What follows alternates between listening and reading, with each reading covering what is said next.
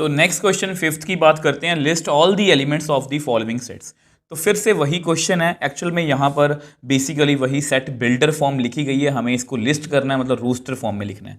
तो पहला जो पार्ट है उसमें क्या है, x is N odd natural number. अब आप सभी को पता है नेचुरल नंबर कहाँ से स्टार्ट होते हैं, 1 से, 1 2 3 4 5 6 7 8 एंड सो ऑन।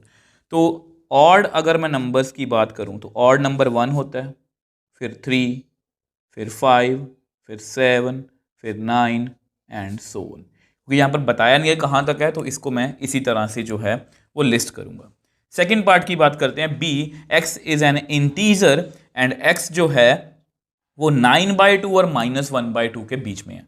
अब 9/2 और -1/2 ये दोनों इंटीजर्स नहीं हैं। आपको पता है -1/2 जो होता है वो कितना होगा, -0.5। अगर आप इसको डिवाइड करोगे, ठीक है, 1 को अगर आप डिवाइड करोगे 2 से, पॉइंट यहाँ पर 0, 2 5 ज़ा 10, 9 को डिवाइड करोगे 2 से, 2 4 ज़ा 8, यहाँ पर 0, 2 5 ज़ा 10। तो यहाँ पर यानी कि 9/2 जो है उसका मतलब है 4.5। तो यानी कि यहाँ पर हमारा जो x है वो -0.5 और 4.5 के बीच में है। तो इनके बीच में हमें इंटीजर्स देखने हैं, ठीक है। अब अगर इसको मैं नंबर लाइन पे बना के देखूँ तो ये मान लो 0 है, ये 1 है, सॉरी 1 2, ठीक है, 3 4, इससे आगे 4.5 होगा, इससे पीछे -0.5 होगा। तो इसके बीच में इंटीजर्स कौन कौन से हुए, तो देयरफॉर बी कौन कौन सा आएगा, एक तो 0 आ जाएगा, एक 1, एक 2, एक 3, एक 4। तो इस तरह से हमने इसके एलिमेंट्स को जो है वो लिस्ट कर लिया। अब देखो नेक्स्ट पार्ट की बात करते हैं, x is an integer and x square less than equal to 4। तो फिर से वही सेट बिल्डर फॉर्म है। तो हमें कैसे लिखना है, आपको पता है जो इंटीजर्स होते हैं, ठीक है, जो इंटीजर्स होते हैं वो बेसिकली मतलब हमें नहीं पता कहाँ से स्टार्ट होते हैं और कहाँ पर जाके ख़त्म होते हैं, बट मुझे पता है कि इंटीजर्स में ये पैटर्न होता है। तो यहाँ पर एक कंडीशन और है कि X square less than equal to 4। फिर से बीइंग अ टीचर मुझे इसका आंसर पता है, बट मैं आपके लिए वैसे देखो एक नंबर लेते हैं, लेट -3 का स्क्वायर कितना होता है, 9, ठीक है। तो विच एम्प्लाइज 9 जो है वो लेस देन इक्वल टू 4। क्या ये सही है, नहीं, इसका मतलब ये जो है ये गलत है, ये हम वैल्यू नहीं ले सकते। अगर हम -2 की बात करें, -2 उससे आगे इंटीजर माइनस, देखो ना मैंने -3 लिया, ठीक है। अब -3 से पीछे -4 होगा, उसका स्क्वायर भी 4 से छोटा नहीं होगा, तो यानी कि यहाँ पर ये वैल्यू तो नहीं है। -2 की बात करते हैं, वो कितना आया 4, तो which implies 4 less than equal to 4, ये सही है। इसका मतलब क्या होता है, 4 लेस देन और इक्वल टू, या उससे छोटा हो या उसके बराबर, तो ये वैल्यू एक्सेप्टेड है। फिर -1 है, -1 का स्क्वायर 1 होता है, तो 1 लेस देन इक्वल टू 4, ये वैल्यू भी सही है। 0 का स्क्वायर कितना होगा, 0, 0 लेस देन इक्वल टू 4। 1 का स्क्वायर कितना होगा, 1, तो 1 लेस देन इक्वल टू 4। 2 का स्क्वायर कितना होगा, 4, तो which implies 4 less than equal to 4। 3 का स्क्वायर कितना होगा, 9, तो 9 लेस देन इक्वल टू 4, ये भी हमारी वैल्यू जो है वो गलत हो जाएगी। तो हमारे पास कौन कौन से इंटीजर्स आए, -2, -1, 0, 1, 2। तो इस तरह से अगर मैं सी के एलिमेंट्स लिस्ट करूं तो -2, -1, 0, 1, 2। तो इस तरह से हमने इसको बहुत ईजिली जो है वो सॉल्व कर लिया। अब ये जो नेक्स्ट पार्ट है ये तो बहुत ईजी है। आपको पता है इसमें हम रैपिटेशन में कोई भी एलिमेंट्स नहीं लिखते। मैंने आपको बेसिक्स वाली वीडियो में बताया था कि सेट्स में कभी भी हम एलिमेंट्स को रिपीट नहीं करते और उसको किसी भी ऑर्डर में हम लिख सकते हैं। तो एल को लिख लेते हैं, ओ को लिख लेते हैं, वाई को लिख लेते हैं, ए को लिख लेते हैं। अब एल यहाँ पर रिपीट है तो उसको मैं दोबारा से नहीं लिखूंगा। अब देखो नेक्स्ट पार्ट की बात करते हैं, x is a month of a year not having 31 days. तो हमें वो वाले एलिमेंट्स लिखने हैं या वो वाले मंथ्स लिखने हैं जहाँ पर 31 डेज जो हैं वो नहीं होते। अब कई बार ना ये कंफ्यूजिंग होता है, मुझे हमें नहीं पता रहता कि किस में 31 डेज होते हैं किस में नहीं। तो इसे एक ट्रिक होती है, आपको याद होगा, ये जितने भी, अगर मैंने इसको हैंड को अपने ऐसे मतलब कि बंद कर लिया, ठीक है, तो ये यहाँ से काउंट करो, ये जनवरी है, ठीक है, ये वाला जनवरी है, उसके बाद यहाँ पर फेब, यहाँ पर मार्च, यहाँ पर अप्रैल, यहाँ पर मई, जून, जुलाई। तो जो भी ऊपर यहाँ डॉट्स लगाई हैं, ये जो भी मंथ्स हैं ये 31 वाले हैं। तो जनवरी 31 वाला वो नहीं लिखेंगे। जनवरी के बाद यहाँ पर नीचे आया, नीचे कौन सा मंथ आया? फेब। अब मार्च ऊपर है तो 31 डेज हैं, उसके बाद अप्रैल, मई ऊपर है 31 डेज हैं, जून नीचे आया, जुलाई ऊपर आया तो इसमें 31 डेज हैं। उसके बाद अगस्त ऊपर है, फिर से दोबारा से स्टार्ट होंगे, अगस्त ऊपर है तो इसमें 31 डेज हैं, सितंबर नीचे है तो इसमें 31 डेज नहीं है, अक्टूबर ऊपर है इसमें 31 डेज हैं, नवंबर नीचे है,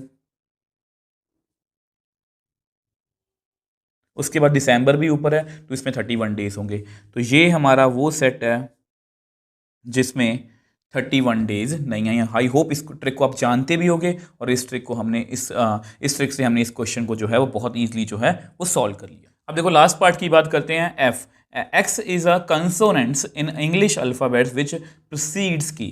जो के से पहले आते हैं वो सारे कंसोनेंट्स हमें लिखने हैं, ठीक है। तो मैं इंग्लिश अल्फ़ाबेट्स, इंग्लिश अल्फ़ाबेट्स विच प्रोसीड्स के आर, कौन कौन से हैं? ठीक है, तो जे तक लिखेंगे। अब आपको पता है इसमें से ए, ये क्या है? ए ई आई ओ यू, ये कौन से होते हैं? मैं लिख देता हूं, ए ई आई क्या है? वॉवल्स। तो ये तो हम नहीं लिखेंगे। तो हमारे मतलब कि कंसोनेंट फिर कौन कौन से रह गए? बी, सी, डी, एफ, जी, एच, जे। तो इस तरह से हमने इसको बहुत ईजिली जो है वो सॉल्व कर लिया।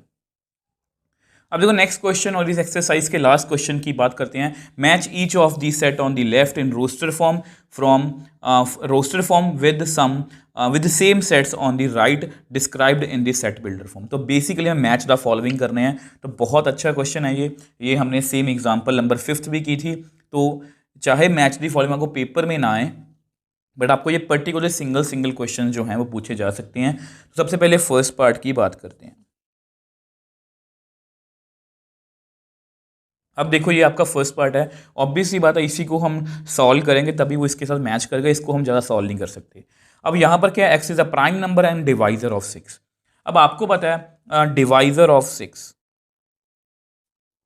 डिवाइजर ऑफ 6 को कौन कौन डिवाइड करता है? 1 करता है, 2 करता है, 3 करता है और 6 जो है वो खुद करता है। अब आपको मैंने बेसिक्स वाली वीडियो में बताया था कि इनमें से प्राइम नंबर कौन कौन से हैं। देखो ये प्राइम नंबर्स की सारी लिस्ट है, ठीक है। तो प्राइम नंबर कौन से होते हैं जिनका सिर्फ मतलब कि 2 ही फैक्टर्स होते हैं। तो यहाँ पर प्राइम नंबर कौन कौन से हैं? 2 एंड 3। ये क्या है? प्राइम डिवाइजर्स, ठीक है। तो यहाँ पर प्राइम डिवाइजर्स कितने आ गए? 2 और 3।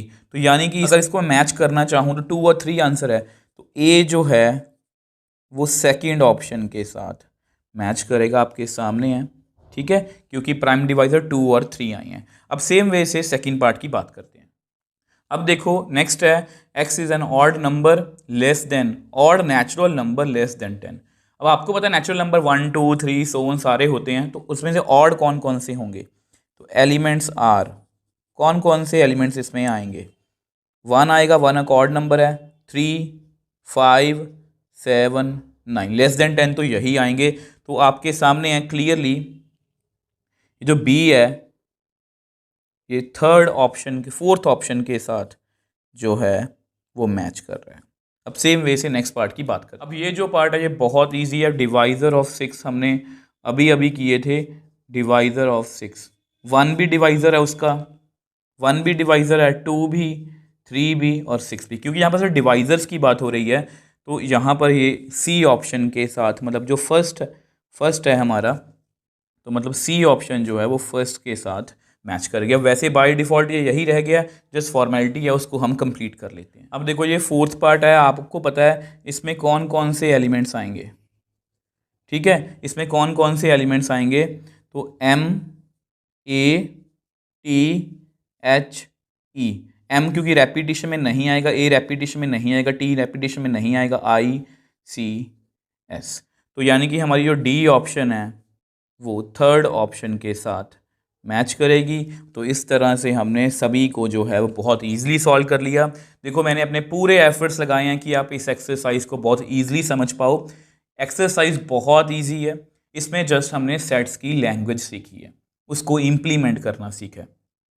अगर आपको फिर भी कोई डाउट है आप मुझे नीचे कमेंट बॉक्स में पूछ सकते हो या मुझे इंस्टाग्राम या टेलीग्राम पर मैसेज भेज सकते हो, मैं हमेशा आपका रिप्लाई करता हूं। अगर आपको वीडियो थोड़ी सी भी हेल्पफुल लगे तो वीडियो को ज़्यादा से ज़्यादा शेयर कीजिए और इस चैनल को सपोर्ट कीजिए।